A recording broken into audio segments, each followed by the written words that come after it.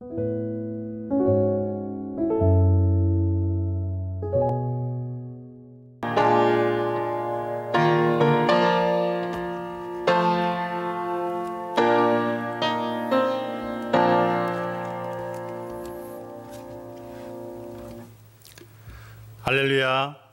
반갑습니다. 오늘은 성령 강림 후 17번째 주일입니다. 이 시간 하나님께 경건한 마음으로 예배 드리도록 하겠습니다.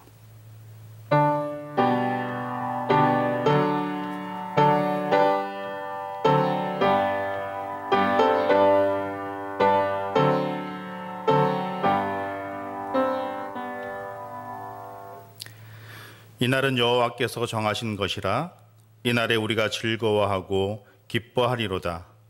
여호와여 구하옵나니 이제 구원하소서. 여호와여 우리가 구하옵나니 이제 형통하게 하소서.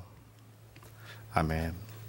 은혜로우신 아버지 하나님, 저희들에게 일터를 주시고 부지런히 씨를 뿌리게 하시며 수고의 땀을 아끼지 않고 여기까지 이르게 하심에 감사를 드립니다.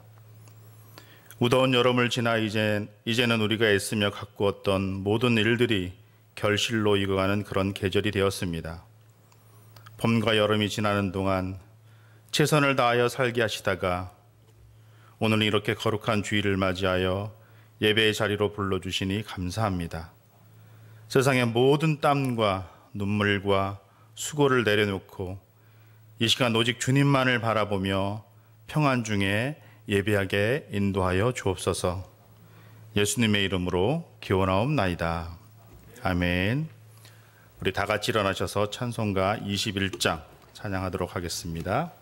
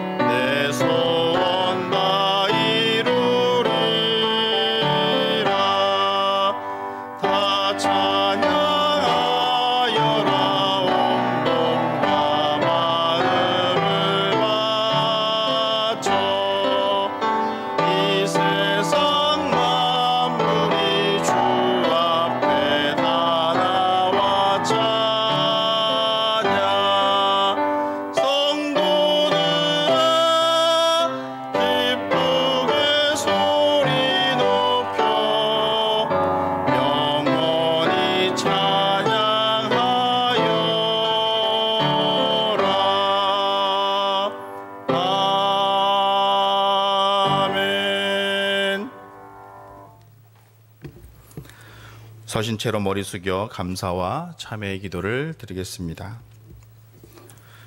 거룩하신 하나님, 한 주간의 삶을 지켜주시고 보호해 주시다가 이 거룩한 날 주님의 날에 성전에 불러 예배드리게 하시니 감사와 영광을 드립니다.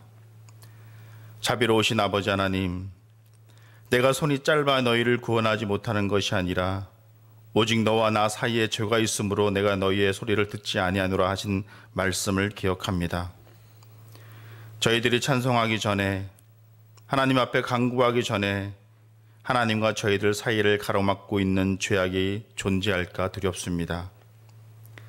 이 시간 지나온 시간들을 되돌아보면서 모든 죄를 고백하오니 용서해 주옵소서. 육신의 안일함과 나태함에 사로잡혀 말씀을 읽고 기도하는 생활을 멀리했습니다. 우리를 부르시는 목자의 음성을 외면하고 세상의 즐거움을 찾아 방탕하며 살았습니다. 환경과 내 자신의 무능을 핑계 삼아서 주님께서 맡겨주신 사명에 대해서는 작은 짐 하나라도 지려하지 않았습니다. 주님께 순종하는 삶이 가장 보람있는 인생을 사는 길이요, 복을 받는 기름을 잊고 살았습니다. 하나님과 저희들 사이를 가로막고 있는 이 모든 안일한 행동과 강팍한 마음을 예수 그리스도의 보혈의 은혜로 말미암아 제거해 주옵소서. 주님의 은혜 안에 거하게 하시며 구속의 은총을 늘 감사하며 살아가는 저희들 에게 인도하여 주옵소서. 지금은 하나님과 나만이 아는 은밀한 죄를 생각하며 우리 구주 예수 그리스도의 이름으로 묵묵히 참회의 기도를 계속하여 드립니다. 아멘.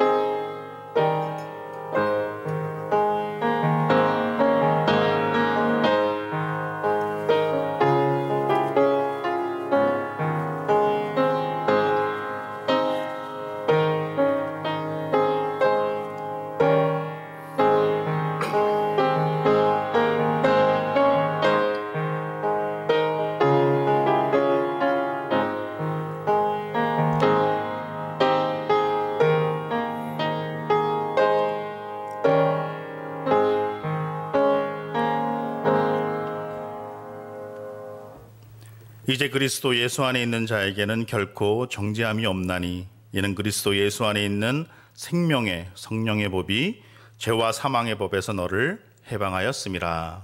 아멘. 우리 자리에 앉으셔서 교독문 35번 시편 84편을 교독하도록 하겠습니다. 만군의 여호와여, 주의 장막이 어찌 그리 사랑스러운지요. 내 마음과 육체가 살아계시는 하나님께 부르짖나이다. 주의 제단에서 참새도 제 집을 얻고 제비도 새끼들 보금자리를 얻었나이다.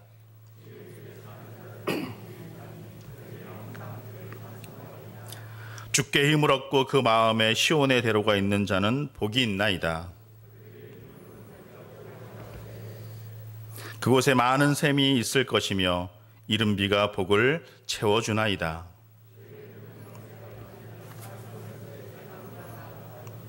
악인의 장막에 사는 것보다 내 하나님의 성전 문지기로 있는 것이 좋사오니. 아멘. 우리 다 같이 사도신경으로 우리의 신앙을 고백하도록 하겠습니다. 나는 전능하신 아버지 하나님, 천지의 창조주를 믿습니다. 나는 그의 유일하신 아들 우리 주 예수 그리스도를 믿습니다. 그는 성령으로 잉태되어 동정녀 마리아에게서 나시고 본디오 빌라도에게 고난을 받아 십자가에 못 박혀 죽으시고 장사된 지 사흘 만에 죽은 자 가운데서 다시 살아나셨으며 하늘에 오르시어 전능하신 아버지 하나님 우편에 앉아 계시다가 거기로부터 살아있는 자와 죽은 자를 심판하러 오십니다.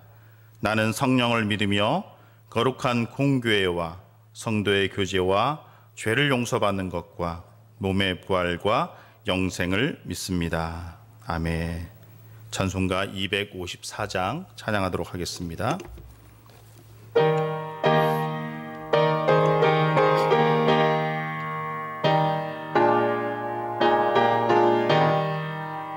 내 주의 보혈을 정하고 정하다 내 죄를 정케 하신 주 나로라 하신다.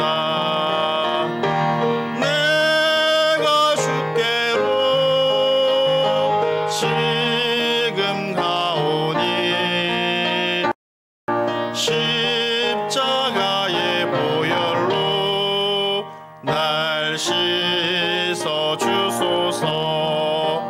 약하고 주에도 주께로 나가면 힘 주시고 내 추함을 또 씻어 주시네. 내가 주께로 지금 가오니 십자가의 보혈로 날 씻어 주소서. 나로라 하심은 온전한 믿음과 또 사랑함과 평안함 다 주려 함이라. 내가 주께로 지금 가오니 십자가의 보혈로 날 씻어 주소서. 큰 죄인 복받아 살 길을 얻었네. 한없이 넓고 큰 은혜 베풀어 주소서. 내가 주께로 지금 가오니 십자가의 보혈로 날 씻어 주소서. 그 피가 맘속에 큰 증거 됩니다. 내 기도 소리 들으사 다 허락하소서. 내가 주께로 지금 가오니 십자가의 보혈로 날 씻어 주소서.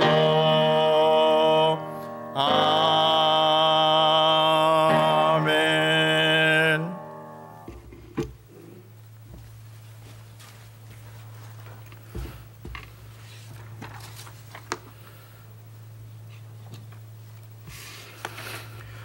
모든 것을 새롭게 하시는 하나님, 죄 가운데 낙심하고 쓰러질 수밖에 없는 저희들을 자녀 삼아 주셔서 거룩한 주일 하나님께 나와 마음을 다해 예배하게 하심을 감사드립니다.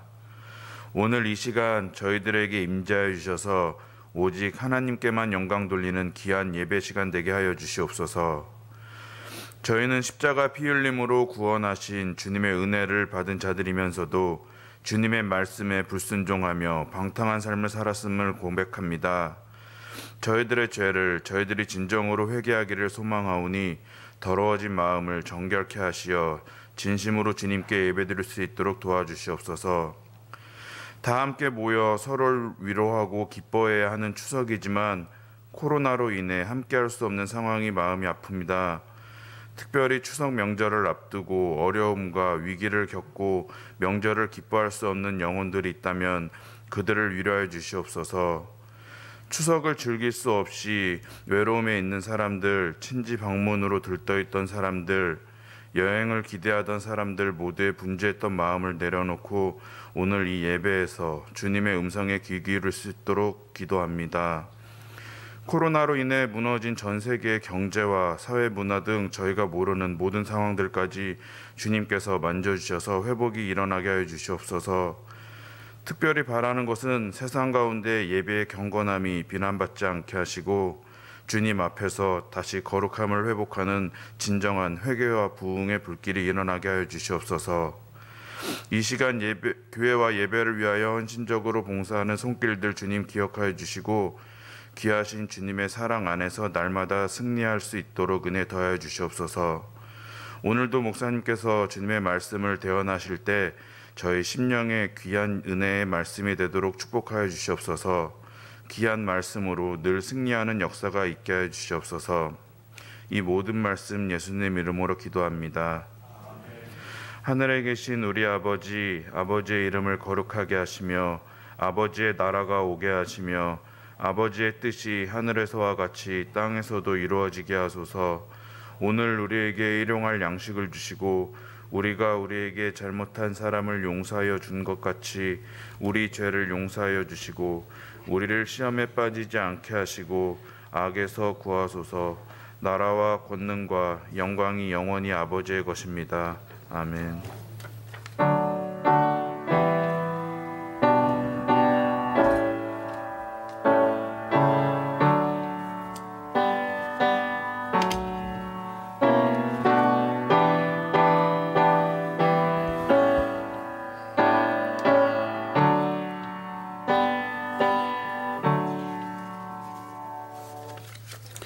오늘 우리에게 주신 하나님의 말씀은 누가복음 7장 36절부터 38절, 44절부터 50절까지입니다.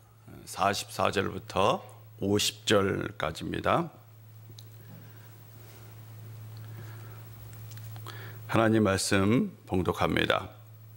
한 바리새인이 예수께 자기와 함께 잡수시기를 정하니 이에 바리새인의 집에 들어가 앉으셨을 때에 그 동네에 죄를 지은 한 여자가 있어 예수께서 바리새인의 집에 앉아 계심을 알고 향유 담은 옥합을 가지고 와서 예수의 뒤로 그 발 곁에 서서 울며 눈물로 그 발을 적시고 자기 머리털로 닦고 그 발에 입 맞추고 향유를 부으니 그 여자를 돌아보시며 시몬에게 이르시되 이 여자를 보느냐?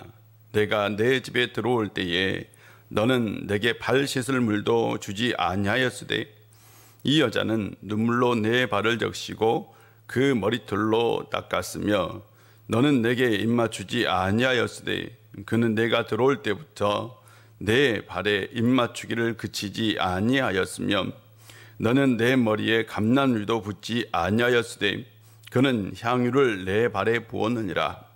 이러므로 내가 내게 말하노니 그의 많은 죄가 사하여졌도다. 이는 그의 사랑함이 많음이라. 사함을 받는 일이 적은 자는 적게 사랑하느니라.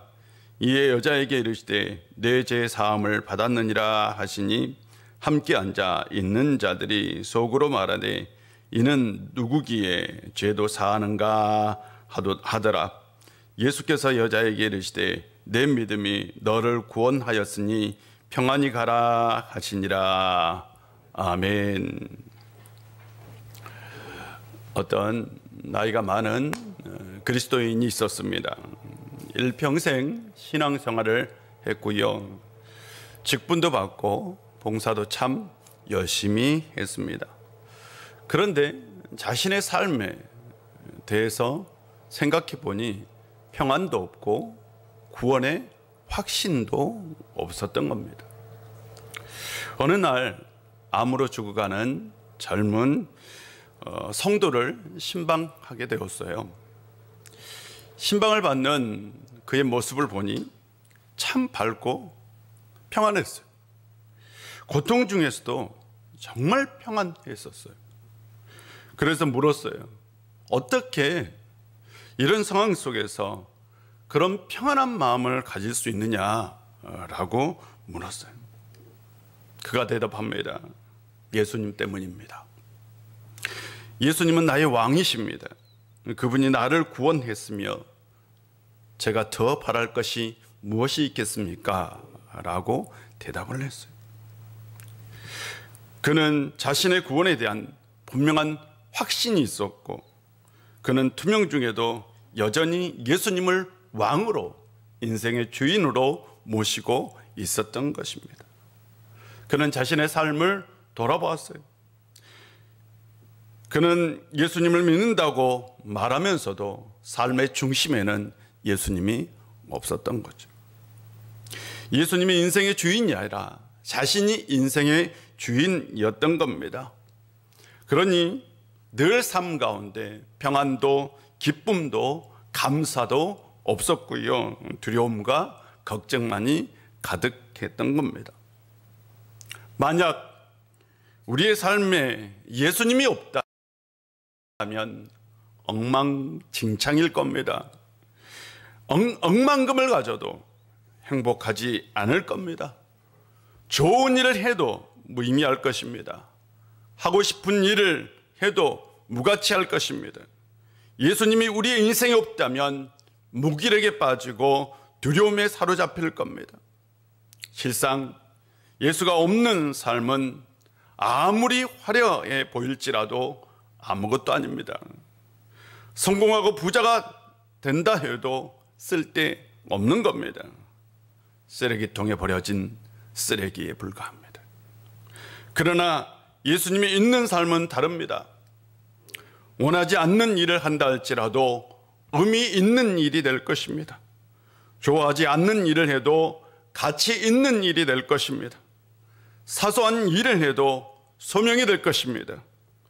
작은 일에도 보석과 같이 빛날 것입니다. 인생이란 예수님과 어떤 관계를 맺었느냐에 따라 결정됩니다. 예수님이 내 인생의 누구인가, 어떤 분인가에 따라 내 인생이 결정됩니다. 예수님이 우리에게 왕이 될 수도 있고 종이 될 수도 있습니다. 주인이 될 수도 있고 머슴이 될 수도 있습니다. 여러분의 인생에 예수님은 누구입니까? 왕인가요? 예수님의 시대는 우리 시대와 많이 다릅니다. 가치관이 다르고 문화도 다릅니다. 당시에 남녀의 성차별이 있었던 시대입니다. 여성에게는 남성보다 더 까다로운 법이 적용되던 시대입니다. 집안에서 지정한 남성 외에는 다른 남자를 사귈 수도 없었어요. 그건 죄입니다. 아버지의 뜻을 따르지 않는 것도 죄이고, 또한 남편에게 순종하지 않는 것도 죄이고, 남편의 허락 없이 직업을 갖는 것도 죄이고, 그래서 여성의 권한이 매우 제한되던 시대입니다. 여성에게 더 많은 죄의 굴레가 씌워져 있었습니다. 오늘 본문은 이런 문화적인 배경을 갖고 있다는 것을 기억하십시오. 예수님께서 한 바리새인의 초청을 받아서 그 집에서 식사를 했어요. 유대 문화에서 대부분의 초청 식사는 저녁 식사입니다. 저녁 식사는 통상 해가 질 때에 손님을 받기 시작합니다. 주인은 발을 씻을 물을 준비하고요, 특별한 손님이 올 때에는 그 사람의 이마에 입맞춤을 하고, 그리고 머리에 이렇게 기름도 발라줍니다. 잘 사는 바리새인은 선지자를 초대하여 말씀을 듣는 것이 통상적인 일이었습니다. 예수님은 이미 뛰어난 특별한 선지자라는 소문이 났고, 가는 마을마다 예수님을 자신의 집에 초대하려는 일이 많았을 것입니다. 예수님께서 이런 바리새인의 집에 초대를 받아서 지금 저녁 식사를 하고 있었어요. 우리나라에서는 밥상 앞에서 바른 자세로 밥을 먹어야 되고요, 그리고 밥상 앞에서 원래는 말을 하지 마라라고 얘기를 했었죠. 그렇잖아요. 그러나 유대인들의 밥상 문화는 우리와 완전히 다릅니다. 초대받은 사람들이 다 모이면 식탁 주위에 둘러 앉습니다. 몸을요, 의자에 이렇게 삐딱하게 기댑니다. 그리고 팔을 식탁에 한 손을 걸쳐요. 그러면서 이렇게 음식을 먹어요. 그리고 발은 이렇게 길게 편안한 자세로 내놓습니다. 가장 편안한 자세, 본인이 취할 수 있는 가장 편안한 자세로 식사를 해요. 그리고 식사 시간이 굉장히 길고요, 그 식사 시간은 열띤 토론의 시간입니다. 주고받아요. 막 싸우기도 합니다. 토론하면서. 예수님께서 저녁 식사를 하면서 틀림없이 강론을 했던 것 같아요. 말씀을 전하고 또한 질문을 받기도 했던 것 같아요. 그러면서 사람들은 예수님의 말씀에 열중하고 있었을 것입니다. 그 마을에 한 여인이 있었어요. 죄인으로 낙인 찍힌 여인입니다. 과거에 잘못된 선택으로 죄를 지었고요. 그녀의 죄는 만천하에 공개되어서 사람들의 지탄의 대상이었습니다. 정결한 물로 온몸을 씻어도 마음까지 영혼까지 씻을 수는 없었습니다. 하루의 삶이 지옥이었어요. 두려움과 공포 속에 살아야 했습니다. 소문으로 듣던 특별한 선지자가 바로 그 마을에 나타났어요. 그 선지자는 따르는 사람들에게 수고하고 무거운 짐진 자들아 다 내게로 오라 내가 너희를 쉬게 하리라 라는 말씀을 선포했어요. 그것은 그녀에게 복음이었습니다. 기쁜 소식이었습니다. 그분이 하신 말씀 중에 짐은 자신이 지고 있는 과거의 죄의 짐이었어요. 말씀을 듣는 순간 마음의 체증이 내려가는 것 같았습니다. 마음의 평온과 기쁨이 찾아왔습니다. 틀림없이 하나님이 보낸 사람이었어요. 저분만이 나를 살릴 수 있다라는 희망을 갖게 되었습니다. 그가 한 바리새인의 집으로 초대를 받아 들어가는 것을 보았습니다. 그녀는 곧장 자신의 집으로 향합니다. 그분께 드릴 수 있는 게 무엇일까? 내 인생에 가장 소중한 것을 드리고 싶은데 그 순간 그녀의 눈에 띄는 건 향유 옥합이었습니다. 가난한 삶 중에서도 돈이 생길 때마다 조금씩 향유를 사서 모은 그 향유 옥합이었습니다. 그녀는 그 병을 목에 걸고 바리새인의 집을 향했습니다. 죄가 있는 여인이 바리새인의 집에 들어가는 것은 큰 용기가 필요합니다. 뜨인 뜰을 지나서 큰 방이 있는 대기실을 통과하여 손님을 맞이하는 응접실을 향했습니다. 그분은 벌써 주인과 초대받은 사람들과 더불어 식사를 하고 있었습니다. 여인은 예수님 뒤편으로 가서 그분 발 곁에 섰습니다. 갑자기 눈물이 쏟아졌어요. 무엇이라 표현할 수 없었지만 그분을 보니 하나님을 대하는 것 같았습니다. 그 눈물이 그분의 발을 적셨습니다. 그 발 앞에 무릎을 꿇고 자기의 머리털로 그 발을 닦았습니다. 그리고 그 발에 입 맞추고 자신이 가진 그 향유를 다 쏟아 부었습니다. 순간 방 안에 향기가 가득했습니다. 그녀의 눈에 다른 사람이 들어오지 않았어요. 그녀의 귓가에 들리는 음성은 내게로 오라 내가 너를 쉬게 하리라 라는 음성이었습니다. 그녀는 그 목소리에 반응했을 뿐입니다. 거기에 누가 있고 자신을 어떤 눈빛으로 바라보고 있는지 생각할 필요가 전혀 없었습니다.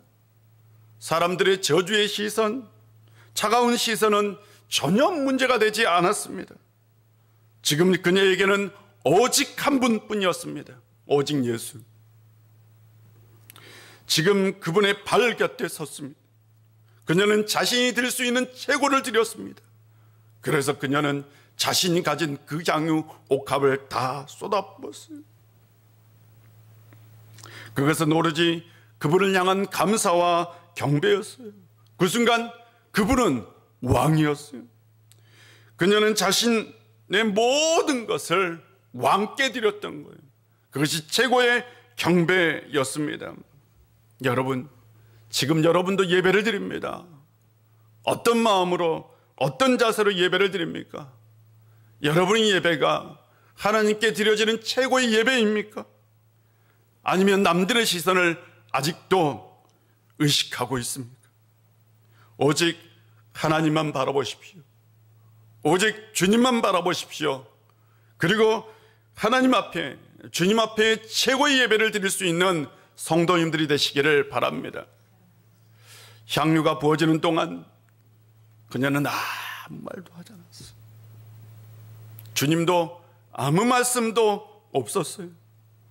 그러나 주님은 그녀의 인생, 그녀가 무슨 생각을 하고 있는지, 어떤 마음을 갖고 있는지, 그녀의 경배가 무엇인지 이미 알고 계셨습니다. 주님은 그녀의 모든 행동을 다 그대로 받아들이고 수용했어요. 주님의 침묵은 그녀에게 줄 수 있는 최고의 응답이었습니다. 그런데 최고의 예배가 드려지는 그 순간 이것을 깨는 잡생각이 예수님의 레이더에 포착되었어요. 예수님은 사람의 마음을 읽을 수 있는 분이었습니다.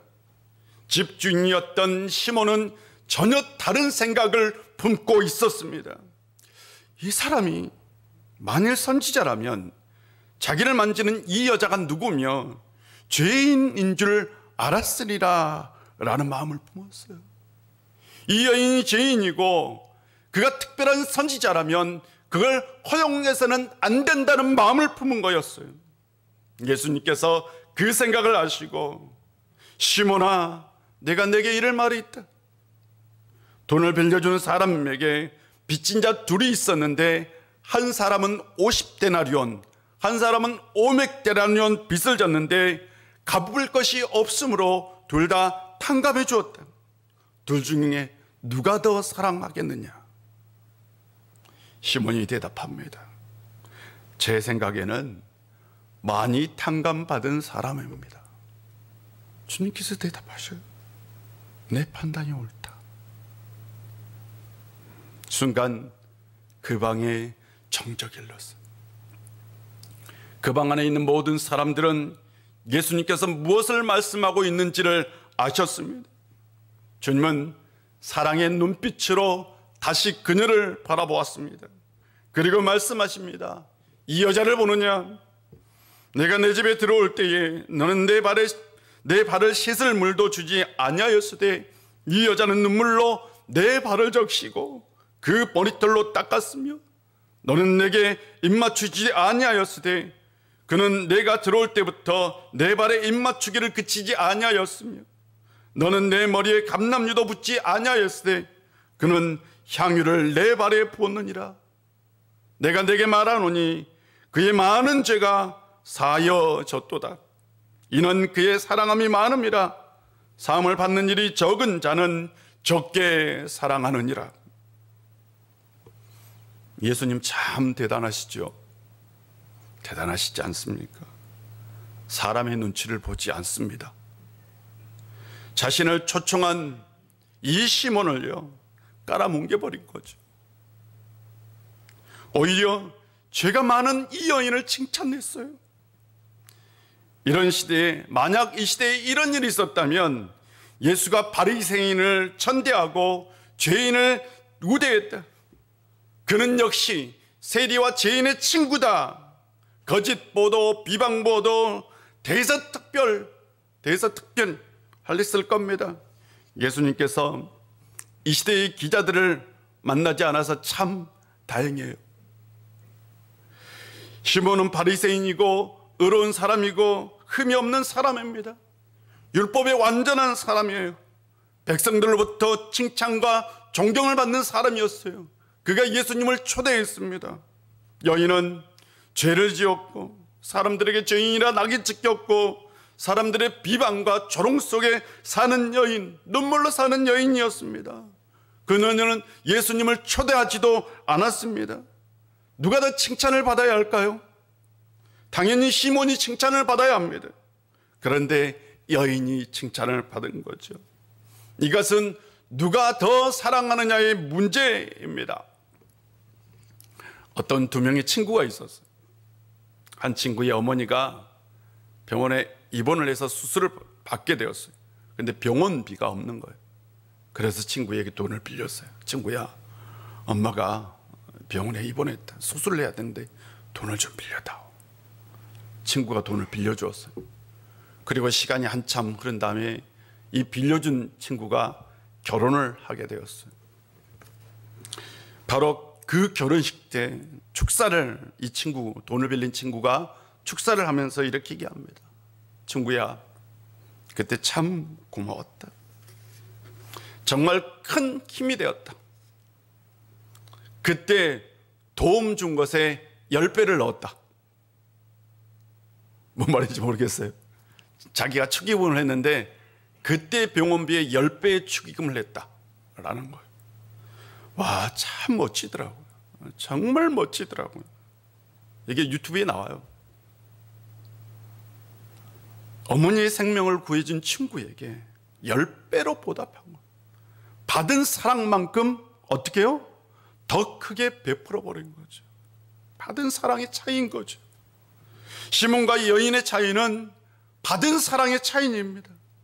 시몬은 50데나리온 경감 받은 사람, 여인은 500데나리온 경감 받은 사람. 시몬은 적게 받고 여인은 많은 받았어요. 시몬이 받은 은혜가 적고 여인이 받은 은혜가 같던 겁니다. 그 차이가 엄청난 차이를 맞는 거죠. 예수님께서 말씀하셨어요. 받은 일이 적은 자는 적게 사랑하는지라. 받은 일이 적은 자는 적게 하나님께 드리는 거죠. 오늘 본문에는 예배에 대한 두 가지 원리가 나옵니다. 첫째는 소소대대의 원리입니다. 제가 지은 말이에요, 여러분. 소소대대의 원리. 예배는 하나님께 드리는 거죠. 삶을 드리는 겁니다. 마음을 드리는 것이고 재물을 드리는 겁니다. 드림의 원리는 간단해요.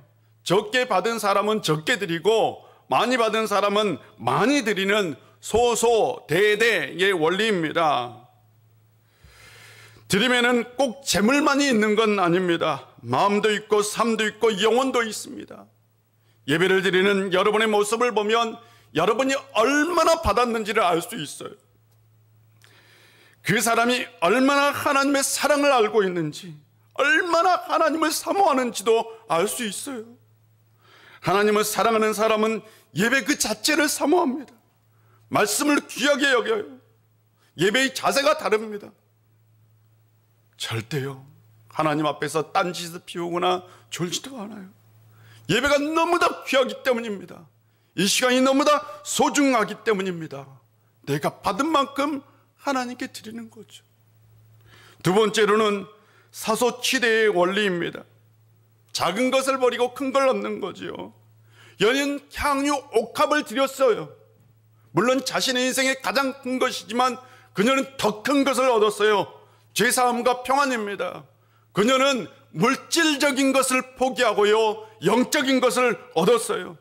작은 것을 드리고요, 큰 것을 받았습니다. 여인은 인생에서 가장 소망하고 가장 바라는 걸 받았어요. 뭐요? 죄사함과 평안입니다.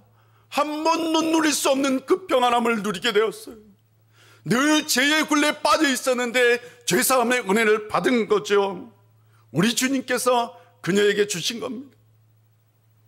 사랑하는 성도 여러분, 우리가 작은 것을 주님께 받았을 때에 주님께서는 더 큰 것으로 영원한 것을 우리에게 주십니다.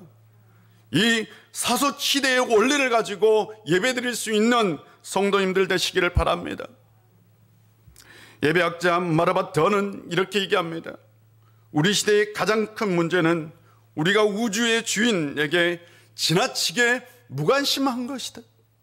우주의 주인, 이 세상을 창조하신 그 주인에게 우리가 너무나 무관심하게 산다는 거예요.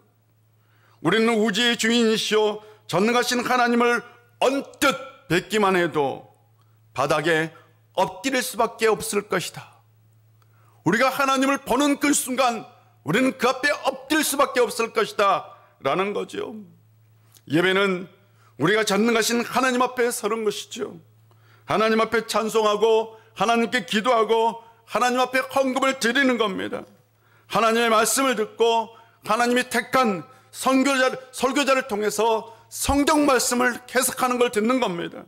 예배는 하나님이 주인공이지 사람이 주인공이 아닙니다. 예배의 주인은 설교자도 회중도 아닙니다. 전능하신 하나님이 바로 주인이고 주인공입니다. 예배를 드리면서 딴짓을 하고 찬송을 우습게 여기고 설교를 판단하는 것 자체가 신성 모독입니다. 하나님을 무시하는 것이고 하나님을 우습게 여기는 겁니다. 그분에게 인생의 복도 있고요, 화도 있습니다. 그분의 한 손에는 사랑이, 한 손에는 공의가 있습니다. 그분의 한 손에는 심판이, 한 손에는 구원이 있습니다. 그분의 한 손에는 복이 있고 한 손에는 저주가 있습니다. 그분의 한 손에는 구원의 빛이 활활 빛나고요, 그분의 한 손에는 심판의 불이 타오르고 있습니다. 우리는 그분 앞에 눈물을 흘리고 그분의 권능 앞에 무릎을 꿇고 그분의 은혜 앞에 모든 것을 드리는 겁니다. 이것이 예배예요. 사랑하는 성도 여러분, 예수님은 여러분에게 누구입니까? 왕이시기를, 왕으로 모시기를 주의 이름으로 축원합니다. 하나님 앞에서, 예수님 앞에 온 마음 온 정성을 다해 항상 예배드릴 수 있는 성도님들이 되시기를 바랍니다. 스크린 내려주십시오. 찬양을 하나 드릴 텐데요, 이 찬양은 오늘 본문 내 내용을 많이 담고 있는 찬양입니다. 여러분이 이런 마음으로 늘 하나님 앞에 예배를 드리는 성도님들 되시기를 바랍니다. 찬양 하나 듣겠습니다.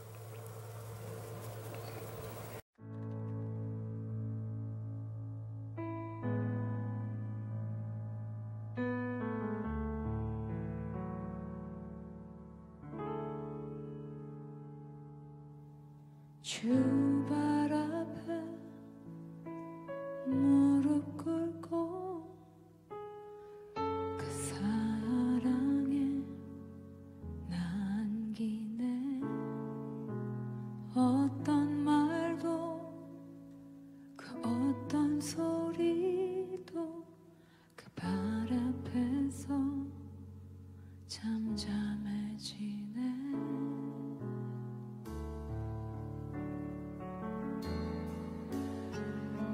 주 나의 사랑 그 발 앞에 앉아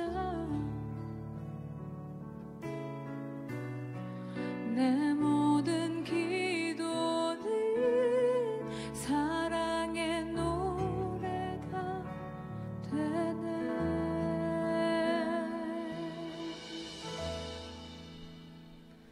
주의 옷자락 만지며 주의 두 발을 씻기며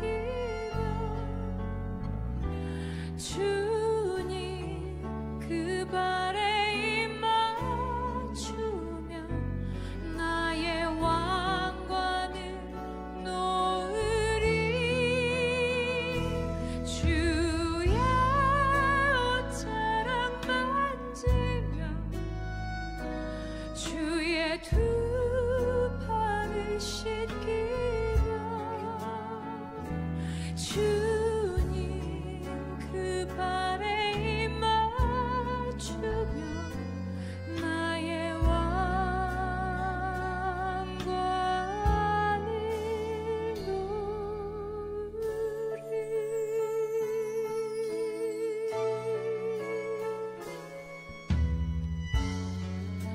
주 나의 사랑 그 발 앞에 앉아 내 모든 기도는 사랑의 노래가 되네.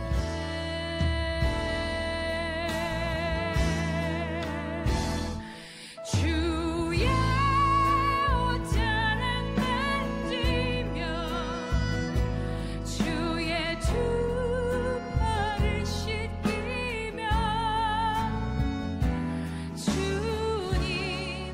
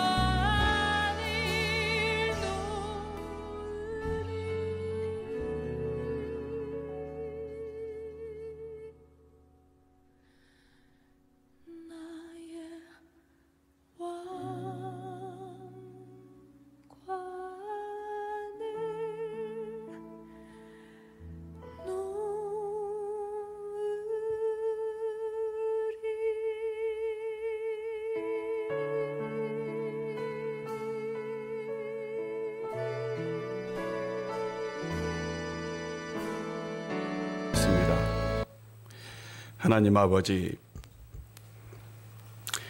죄 많은 한 여인이 주님 앞에 나와 주님께 향유 옥합을 드리는 모습을 보면서 우리도 그런 마음으로, 그런 드림으로 주님 앞에 섰습니다. 아버지 하나님, 이 시간 우리 예배를 흠양하여 주시고 우리가 드리는 이 마음을 받아주시고 우리가 드리는 우리의 영혼과 예물을 받아주시고 그 위에 더 풍성한 은혜로 함께하여 주옵소서. 우리의 일평생의 삶이 온전히 하나님께 드리는 삶이 되게 하여 주옵소서. 예수님의 이름으로 기도합니다. 아멘. 우리 다 같이 일어나서 찬송합니다.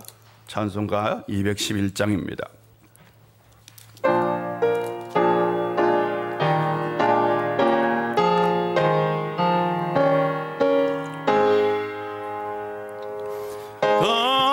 비싼 향유를 깨드린 막달라 마리아 본받아서 향기로운 산재물 주님께 바치리 사랑의 주 내 주님께 연약한 자에게 힘을 주고 어두운 세상에 빛 비춰 성실과 인내로 내 영제 이끄니 사랑의 주 내 주님께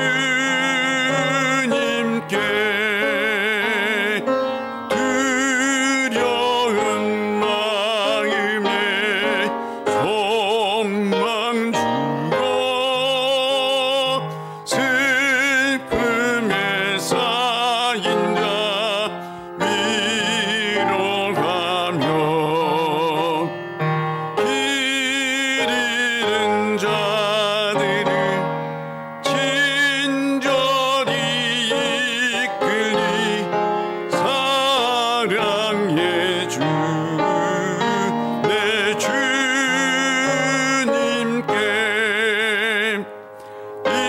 인생의 왕원이 깃들어서 이 땅의 수고가 끝날 때에 주님을 섬기다 평안히 가리라 사랑의 주 내 주님께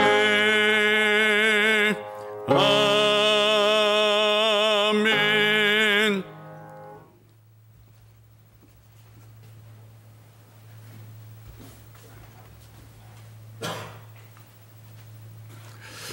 기도하겠습니다. 하나님 아버지, 참 감사합니다.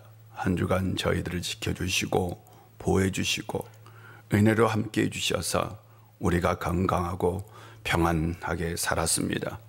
이 어려움 가운데서도 우리가 하나님을 붙들고 은총 가운데 살게 해주시니 감사합니다. 그 은혜에 감사해서 이 시간 우리가 주님 앞에 나올 때에 빈손으로 나오지 아니하고 정성껏 예물을 가지고 하나님의 것을 구별하여 하나님의 것으로 드리오니 받아주시고 흠양하여 주옵소서. 드리는 손길 위에 하늘의 신령한 복으로 땅의 기름진 복으로 함께하여 30배, 60배, 100배의 결실이 있게 하여 주옵소서. 또한 드려지는 이 예물을 통해서 이 땅 가운데 주의 복음이 전파되고 희망을 잃고 소망을 잃고 두려움과 절망 가운데 살아가는 사람들이 예수님을 통해서 인생의 빛을 발견하고 소망과 희망을 가지고 살 수 있도록 이 예물이 그런 예물 되게 하여 주옵소서. 아버지 하나님 또한 이 예물을 통해서 우리 우일교회가 날마다 부흥하게 하시고 날마다 든든하게 살아갈 수 있고 또한 다음 세대를 살리고 세우는 교회가 되게 하여 주옵소서. 우리가 한 주간 이 세상에서 또한 살아가야 합니다. 이 세상 삶 가운데 하나님께서 함께하여 우리를 보호해 주시고 복의 복으로 더하여 주옵소서. 그러하여 물질로 인하여 근심, 걱정이 없게 하여 주시고 또한 물질로 인하여 시험이 든 성도가 있다면 그 문제를 다 주님께서 해결하여 주옵소서. 이 은혜가 이 예배에 함께하지 못한 이들에게도 함께하여 주옵소서. 예수님의 이름으로 봉헌기도 드립니다. 아멘.